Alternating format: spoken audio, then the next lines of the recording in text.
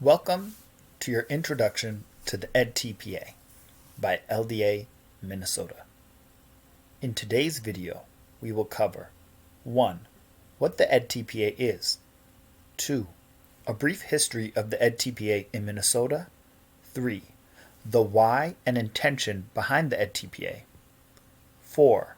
An overview of what the edTPA will assess. Following this video, you will have 3 more short videos that will each dive into considerably more detail behind the assessment criteria for each of the 3 areas the edTPA assesses. What is the edTPA? edTPA is a performance-based assessment to measure readiness to teach learners with identified disabilities. It is designed for teacher licensure candidates to demonstrate their understanding of teaching in authentic ways, i.e., not via more artificial multiple choice assessments. As part of this assessment, candidates will complete and turn in several artifacts, including multiple lesson plans, materials, and assessments, video clips of teaching, student work samples, and personal reflections. As you dive into the latter, more detailed videos following this introduction video, you will learn many more specifics around what exactly you will need to submit. But first, let's talk about the history and why behind the edTPA. Since 2001, Minnesota teacher candidates have been required to pass subject matter tests of knowledge to become licensed, but teachers, lawmakers, and researchers note these tests have not captured whether candidates can demonstrate that they know how to teach. In 2011, the Minnesota Board of Teaching formally adopted the edTPA as the statewide performance assessment tool that would be used to meet the state requirement. Beginning with the 2012-2013 academic year, due to laws passed at the state legislature, all 31 Minnesota institutions of higher education now require this step as part of the state's pathway to teacher licensure. This also includes alternative licensure pathways like LDA Minnesota. The edTPA was developed by Stanford University in partnership with the American Association of Colleges for Teacher Education. More than 700 educators from 24 states and the District of Columbia and more than 160 institutions of higher education collaborated in the development of the edTPA to meet the need for a nationally available research and standards-based assessment of candidate performance. The edTPA became fully operational in 2013, following 2 years of field testing with 12,000 teacher candidates. The edTPA has been adapted for each specialty area within education. This collection of videos will focus on the edTPA designed for future special education teachers. The why behind the edTPA. According to the Stanford Center for Assessment, Learning, and Equity website, the edTPA is described as aligned with the Common Core state standards. edTPA is an authentic assessment tool that shows how teacher candidates develop and evaluate student learning. The centerpiece of the edTPA process is a portfolio that describes and documents authentic practice from the candidate's teaching experience. This portfolio addresses planning, instruction, assessment, analyzing teaching, and academic language to reveal the impact of a candidate's teaching performance on student learning. edTPA provides a useful visual to capture the underlying conception of teaching held within the assessment itself. This architecture places student learning in the center of a 3-step teaching cycle: planning, instruction, and assessment. These aspects of teaching are placed within outer ring of teacher decision-making actions, justifying planning decisions, analyzing teaching, and using data to inform instruction. Finally, the edTPA includes a connective thread of attention to academic language across the planning, instruction, and assessment activities of teaching. This description clearly states that the desired outcome of instruction is student learning. In today's educational climate, attention to foundational opportunities to learn for students and inequities in student achievement along racial and socioeconomic boundaries are acute.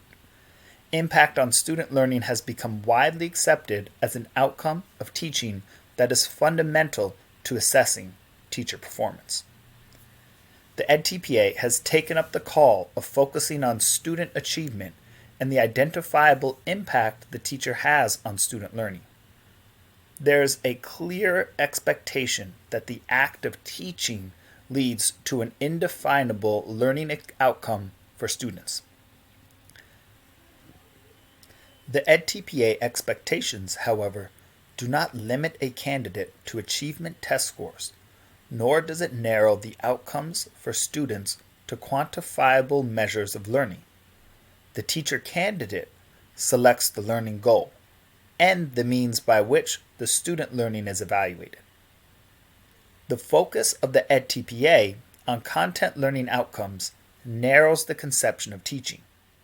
It does not prohibit a candidate from supporting outcomes such as personal growth, self-actualization, or humanistic aims, but these outcomes of the teacher-student interaction are not the core focus of the edTPA as an assessment of successful or competent teaching. As a person taking the edTPA, it is important to know the focus of the assessment, as all aspects of the edTPA align to its focus. According to the designers of the edTPA, the assessment provides insight into a candidate's ability to teach his or her specific content area effectively to diverse learners. Now, let's break down a couple of phrases. Specific content means reviewers are looking to see that the teacher-chosen goal is specific to the teacher's subject and standards, that it is effectively measured by the teacher's chosen assessment, and students meet the specific goal. If students meet additional goals, that is irrelevant and will not be counted for or against a candidate. Proponents of the edTPA argue that developing a performance assessment for teacher education is a step toward more authentic ways to assess readiness for teaching than the typical standardized test about pedagogy that uses multiple choice items and are disconnected from authentic teaching situations. They also argue that establishing a common assessment that is validly and reliably related to agreed upon teacher candidate performances will give the field of teacher education a set of meaningful analytics that can be used for continuous program renewal. Some of the most vocal criticisms of the edTPA have centered on the outsourcing of the scoring process from higher education to a corporate entity that has the business infrastructure to build an electronic platform to house and protect thousands of teacher candidate performance assessments each year and hire and pay teachers and teacher educators as external scorers on a year-round basis. These critics argue that engaging a corporate entity risks making teacher education a big business enterprise that is driven by profit and a production mindset. Other criticisms raise an age-old question about whether there is a core body of knowledge and skills that teachers ought to know and be able to demonstrate through performance before being entrusted with a license to teach. For example, AACTE NAME argue that the practice of critical multicultural education cannot, by its nature, be standardized, nor can the development of teachers who will engage critical multicultural education in their classrooms. At the same time, these organizations support the desire and efforts to identify the core practices we know impact student learning and a common set of metrics for evaluating that practice. The edTPA is one such assessment. It is not a perfect assessment, but there is no such thing as a perfect assessment. The edTPA was developed by the profession for the profession, which contributes to the movement to identify and assess core practices we know impact student learning. In Minnesota, the following are the passing scores for each of the 3 tasks or sections of the edTPA. For planning section, 13. For instruction section, 13. And for assessment instruction, 12. However, candidates do not have to obtain a passing score for licensure. If candidates do obtain a passing score on each section of the edTPA, they can use the edTPA in place of taking and passing the Minnesota Pedagogical Multiple Choice Exam. Quick review. Okay. Thanks for sticking with us through this riveting history and breakdown of the edTPA. Things to take away are that the edTPA has a central focus on student learning, as well as candidate decisions in planning, instruction, and assessment that impact student learning. The edTPA focuses on student learning is also specific to content area goals. Finally, the edTPA also focuses on the importance of academic language used during planning, instruction, and assessment. To accomplish this, the edTPA requires candidates submit artifacts and be assessed on a series of rubrics across 3 sections: planning, instruction, and assessment. The following 3 videos go into considerable detail reviewing the syllabi for each of these sections. Here's a quick list of what candidates will need to submit for each task or section of the edTPA. Task 1, Planning. A description of your content for learning, 3 to 5 consecutive lesson plans with materials, detailed commentary explaining your lesson plans. Task 2, Instruction. 20 minutes max of video clips of you delivering instruction from your 3 to 5 consecutive lesson plans provided in Task 1. 2. Detailed instructional commentary. Task 3. Assessment. 1. Baseline and daily assessment data. 2. 1 analyzed work sample. 3. Teacher feedback given for the work sample. 4. Evidence of learners' expressive and receptive communication. And 5. Commentary for all above assessment data. After submitting these artifacts, candidates will be assessed using 15 different rubrics, 5 per task. It is very important to remember to read the following rubrics carefully. Reviewers will be focusing on the details of these rubrics. Some professional responsibilities to review. Throughout this process, we must protect confidentiality. Remove your name, school name, district name, and state name.